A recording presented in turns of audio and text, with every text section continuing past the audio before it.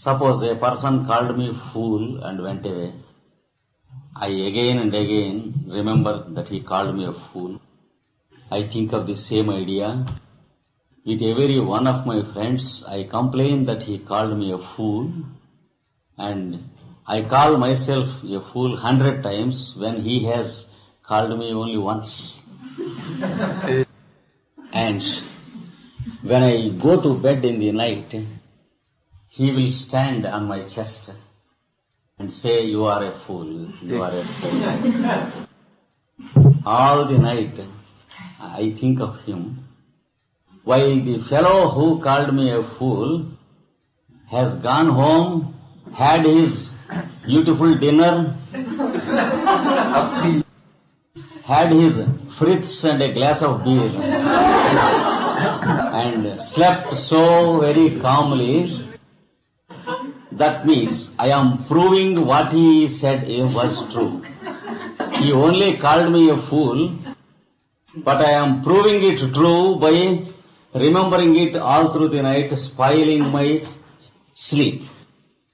Such an unwise nature disturbs our health. Let us prefer to be happy in our mind. You have many friends whom you can think of in the night. But why should this fellow who called you a fool be a greater friend than any one of them? With respect to your large-heartedness towards that fellow, it becomes a prime factor of your ill health. So in the beginning, begin to think of people whom you like. Gradually, you will begin to know how to think of the other people.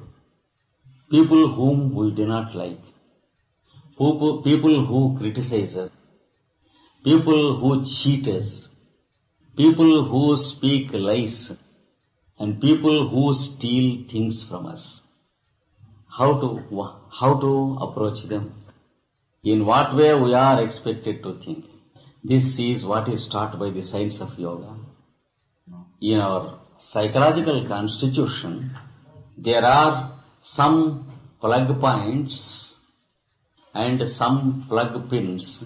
Yes, there are some holes and some plug pins which are given to us, which we are expected to make a right connection.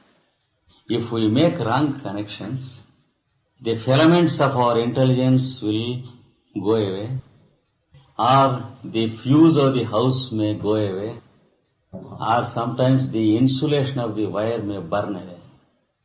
That is what is happening with all the thoughts we have in a psychosomatic way. Our energy is burning our tissues when we are nervous, when we are restless, when we are hypersensitive, when we are oversensitive. So, the high voltage which is passing through feeble wires makes the insulation burn away very soon.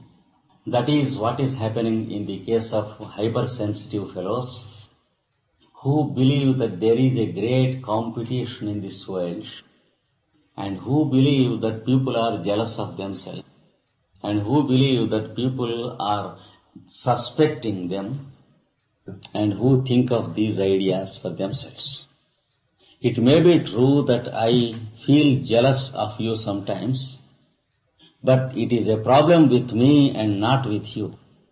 But if you also want to make it a problem of yours, it is welcome, but you will suffer. Vous êtes le bienvenu, mais vous souffrirez. So we should know the truth of this. If I feel jealous, it is my hypertension that goes up. If you are to recognize it, it is your hypertension that goes up.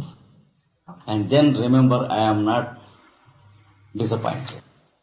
So, the facts behind these discussions should be remembered, and the attitude towards others should be maintained. In yoga, the right connections and right relationship are given. When you meet a person who is greater than your intellectual caliber, link up with your capacity to admire. If you meet a person who is equal to your intellectual status or your achievements, link up with the sense of brotherhood in you. If you meet a person who is lower than your intellectual caliber and your achievements, link up with the plug-in of sympathy in you. This is called the right relationship according to yoga. This is the positive way. And about the negative side also, one thing is given. If you notice that people above your rank are having defects, leave off that aspect and admire them in other aspects. And when people equal to you are having defects, tell them to rectify if you have the courage. Otherwise, don't discuss about it with others, because it proves an evil motive. If you have an attitude to rectify him, you would have told him directly, and he would have rectified himself. And if you have no courage to point him out, and still if you comment about it with a third person, that proves not only lack of courage, not only inefficiency, but also of evil or negative motive. So when you find defects in people who are equal to you, either tell them directly to rectify, or ignore and you be at a distance. But never think of them subjectively. Never think of the defects subjectively. If you find defects in people who are of a lesser cadre than you, try to help them by encouraging them and giving them what you have and what they do not have. This is the attitude that is to be maintained, and this is what is prescribed by the psychologists of the yoga philosophy.